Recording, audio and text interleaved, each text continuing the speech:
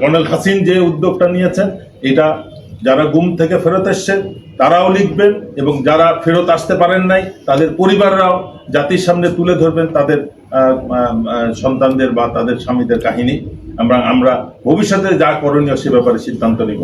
আজকে যারা উপস্থিত হয়েছেন এই মোড়ক উন্মোচন অনুষ্ঠানে সবাইকে ধন্যবাদ দিব এবং বিশেষ করে ধন্যবাদ দিব আমাদের প্রধান অতিথি জনাব ডক্টর মাহমুদুর রহমান। তার সকল ব্যস্ততার মধ্যেও উনি সময় দিয়েছেন আজকের এই অনুষ্ঠানটা তারই কনফারেন্স রুমে অ্যারেঞ্জ করার জন্য। ধন্যবাদ সবাইকে। আসসালামু আলাইকুম। ধন্যবাদ ব্রিগেডিয়ার জেনারেল হাসান নাসির। আজকের মোড়ক উন্মোচন অনুষ্ঠানের এ পর্যায়ে প্রধান অতিথির বক্তব্য পেশ করবেন মোড়ক উন্মোচনে ডক্টর মাহমুদুর রহমান, প্রকাশক ও সম্পাদক, দৈনিক আমার দেশ।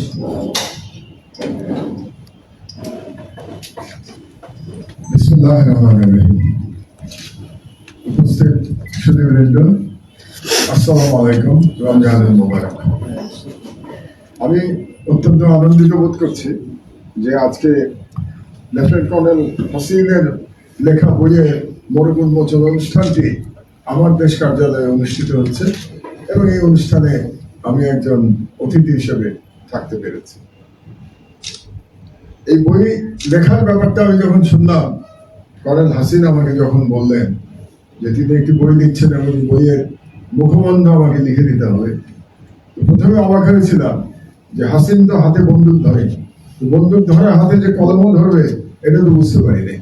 তো সেই জন্য হাসিনকে ধন্যবাদ জানাই, কংগ্রেচুলেট করি, অভিনন্দন জানাই যে বন্দুক ধরা হাতে সে কলম হাতে তুলে নিয়েছে। এবং যখন মুখবন্ধ লিখতে বললো তখন আমি প্রথমেই বলেছিলাম যে আমি অত্যন্ত ব্যস্ততার মধ্যে আছি এবং আসলেই আমি ব্যস্ততার মধ্যে আছি। এই কথাটি আমি প্রায়ই বলি যে আমার অনেক বয়স হয়ে গেছে এবং এই বয়সে আবার নতুন করে লাস্ট ইনিংসে আমার দেশের পুনঃপ্রকাশের কাজ নিয়ে আমি বলতে গেলে সারাদিন ব্যস্ত থাকি। সকাল থেকে সন্ধ্যা পর্যন্ত পত্রিকা লিখতে হয়, আবার নিজেও লেখালেখি করি, প্রতি সপ্তাহে কলাম লিখি এবং অন্যান্য লেখালেখিরও কাজ করতে হবে। এর মধ্যে হাসিনের জন্য মুখবন্ধ লেখাটা আমার জন্য বেশ একটা চাপ সৃষ্টি করেছিল। তারপরেও আমি আনন্দের সাথে সম্মতি জানিয়েছিলাম, কারণ হলো যে হাসিন এক ধরনের আইকনিক ফিগার হয়েছে বাংলাদেশে, প্রধানত তার এই গুম বিরোধী কর্মকাণ্ডের জন্য। সে নিজে একদম ভিকটিম, কিন্তু সে শুধু ভিকটিম হয়ে বসে থাকে নাই। বাংলাদেশে যে আয়নাঘরের অস্তিত্ব সেটা প্রথম জানান দিয়েছিল হাসিন, এবং কোন অবস্থায় জানান দিয়েছিল যখন এই দেশে একটা ভয়ানক ফ্যাসিস্ট শাসক সারা দেশের উপরে এবং ভারতীয় দিল্লির নির্দেশে এই দেশের সব মানুষের কে এক ধরনের নিয়ন্ত্রক সেজে বসেছিল এবং সে ভেবেছিল বাংলাদেশের মানুষের জান মালের মালিক সে হয়ে গেছে।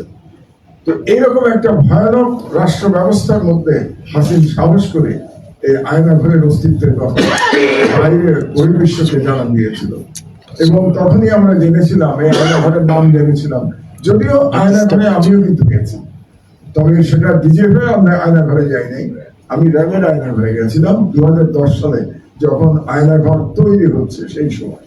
তো যাই হোক, ব্যক্তিগত প্রসঙ্গ বলার আজকে সময় না। আজকে যেহেতু আজকে একটা বইয়ের প্রকাশনী উৎসব এবং বইয়ের প্রকাশনী উৎসবের যিনি নায়ক থাকেন তিনি হচ্ছেন বইটির লেখক, কাজে আজকের নায়ক অবশ্যই লেফটেন্যান্ট কর্নেল হাসিন, সেই আজকের নায়ক, তার সম্পর্কে আলোচনা হওয়া উচিত। তো হাসিন অনেক কষ্ট করেছে, অনেক জুলুম সহ্য করেছে এবং বাংলাদেশে এটা অবিশ্বাস্য যে একজন সার্ভিং মিলিটারি অফিসার তাকে গুম করা হতে পারে। তাকে শুধু গুম করা হয় না, তাকে আয়নাঘরে রেখে নির্যাতন করা হয়। এটা একটা সেনাবাহিনী কতটা অবক্ষয় হলে এটা সম্ভব আমি এটা ভাবতেই পারি না। যে তারা সবসময় ব্রাদার অফিসারের কথা বলে, সেই ব্রাদার অফিসারকে গুম করে নিয়ে তার ফ্যামিলি জানবে না যে সে কোথায় আছে, তাকে নিয়ে গিয়ে জীবিত আছে না মারা গেছে সেটাও জানবে না তার পরিবার, অথচ তাকে গুম করে জুলুম করা হবে, অত্যাচার করা হবে, কোনো কোনো ক্ষেত্রে হত্যা করা হবে। এটা ভাবা যায় না যেটা কতটা অধঃপতন হলে এটা সম্ভব। আমি 3টি ঘটনার কথা প্রাসঙ্গিক হিসেবে বলতে চাই। একটি ঘটনা প্রণব মুখার্জি তার বইতে লিখে গেছিলেন, ভারতের রাষ্ট্রপতি, সাবেক রাষ্ট্রপতি যিনি মারা গেছেন, তিনি তার বইতে লিখেছেন দ্য কোয়ালিশন ইয়ার্সে যে বাংলাদেশের সেনাপ্রধান, তৎকালীন সেনাপ্রধান জেনারেল মঈন তার কাছে চাকরি রক্ষার জন্য গেছিল। তো একটা দেশের সেনাপ্রধান পোটেনশিয়াল এনিমি রাষ্ট্র, পোটেনশিয়াল এনিমি এই জন্য বলছি যে একটা রাষ্ট্রের সব থেকে পোটেনশিয়াল এনিমি আমার একজন সিভিলিয়ানের চিন্তা ভাবনায় তার নেইবার, তার neighbouring state is the potential enemy, first potential enemy. এরকম একটি পোটেনশিয়াল এনিমির একজন পররাষ্ট্রমন্ত্রী, তখন প্রধানমন্ত্রী পররাষ্ট্রমন্ত্রী ছিলেন, তার কাছে গিয়ে নিজের চাকরি রক্ষা করা বলছে। এটা একটা ঘটনা। দ্বিতীয় ঘটনা বলতে চাই, আপনাদেরই এক জেনারেল সাহেব, যতদূর মনে পড়ে জেনারেল সরওয়ার্দী, তিনি টক শোতে বলেছিলেন যে বাংলাদেশে কোন সেনাপ্রধান দিল্লির নির্দেশ ছাড়া নির্বাচিত হয় না, সিলেক্টেড হয় না। এটা বলছেন একজন সেনাবাহিনীর জেনারেল, বলছেন এই ঘটনা এবং প্রকাশ্যে বলছেন, টক শোতে গিয়ে বলছেন। এটা দ্বিতীয় ঘটনা। তৃতীয় ঘটনা, কদিন আগে আপনারা জানেন যে জাতিসংঘের একটা রিপোর্ট বেরিয়েছে, এই মহান জুলাই বিপ্লবে যে হত্যাকাণ্ড চলেছে তার উপরে রিপোর্ট বেরিয়েছে, জাতিসংঘের মানবাধিকার কমিশন রিপোর্ট করেছে। তো সেই রিপোর্ট নিয়ে মানবাধিকার কমিশনের যিনি প্রধান ভলগার তুর্ক, তিনি একটি সংবাদ সম্মেলন করেছেন এবং সেখানে তিনি বলছেন পরিষ্কারভাবে যে তিনি সেনাবাহিনীকে মেসেজ পাঠিয়েছিলেন বিপ্লবের সময় যে তারা যদি জনগণের উপরে গুলি চালায় তাহলে জাতিসংঘের পিস মিশনে তাদের চাকরি বন্ধ হয়ে যাবে। এবং এটা বলার পরে তারপরে সেনাবাহিনী সিদ্ধান্ত নিয়েছিল যে তারা তাদের জনগণের উপর গুলি চালাবে না। এই তিনটি ঘটনা আমার একজন বাংলাদেশের নাগরিক হিসেবে আমার জন্য অত্যন্ত লজ্জা যে এই সেনাবাহিনী তো আমরা চাই নাই। আমরা তো এই সেনাবাহিনীকে দেখতে চেয়েছিলাম বাংলাদেশের সফরেন্টির পাহারাদার, সেই হিসাবে সেনাবাহিনীকে দেখতে চেয়েছিলাম। এই সেনাবাহিনীর প্রতি বাংলাদেশের জনগণের অসাধারণ ভালোবাসা ছিল। আমার 1975 সালের 7ই নভেম্বরের কথা মনে পড়ে।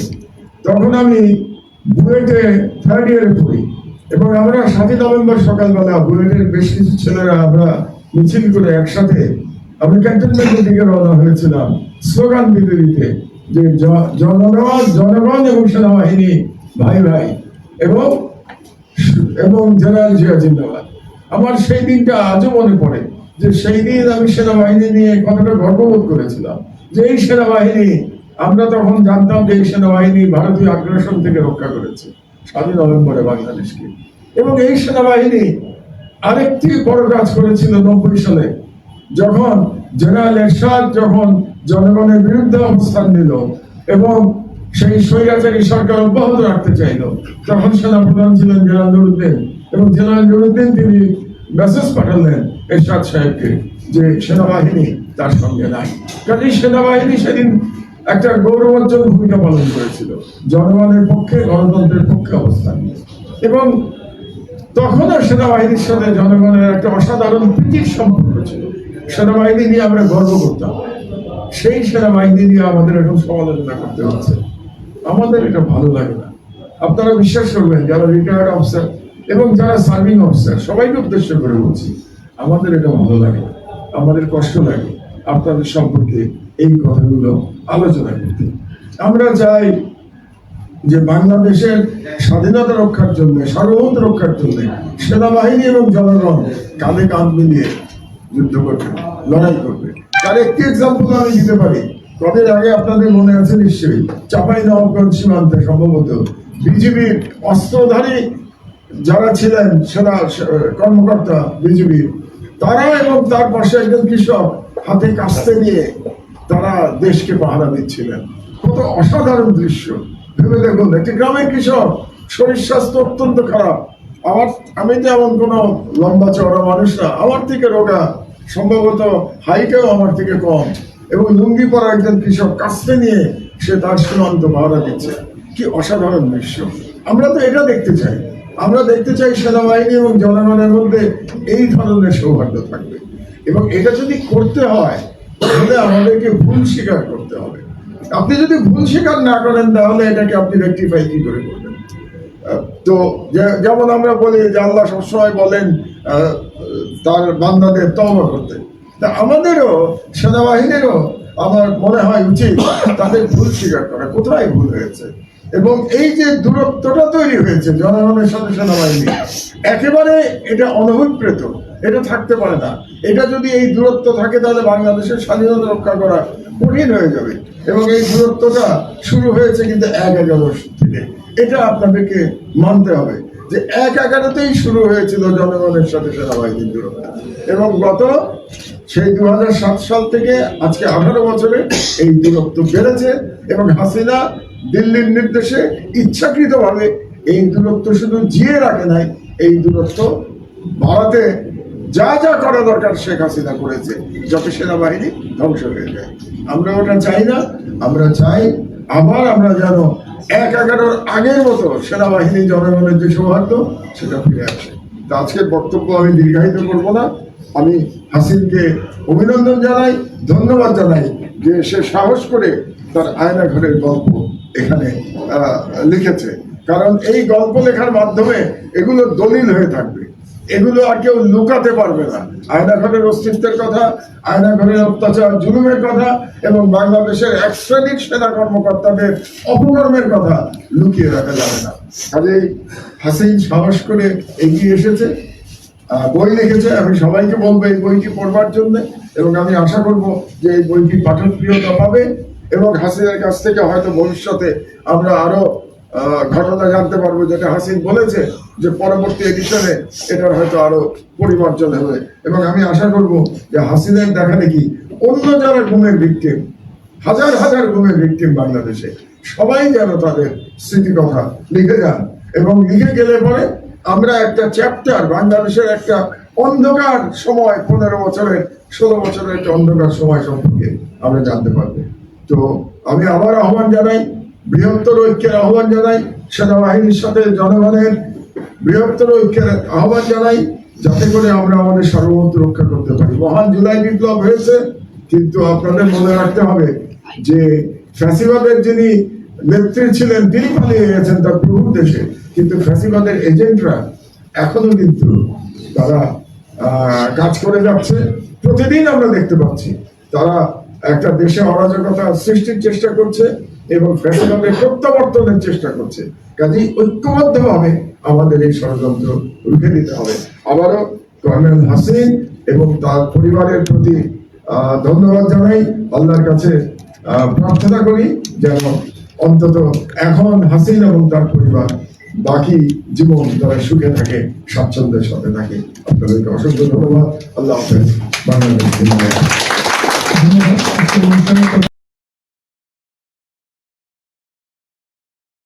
Are you living in the UK but looking to buy, sell, rent, or manage property in Bangladesh?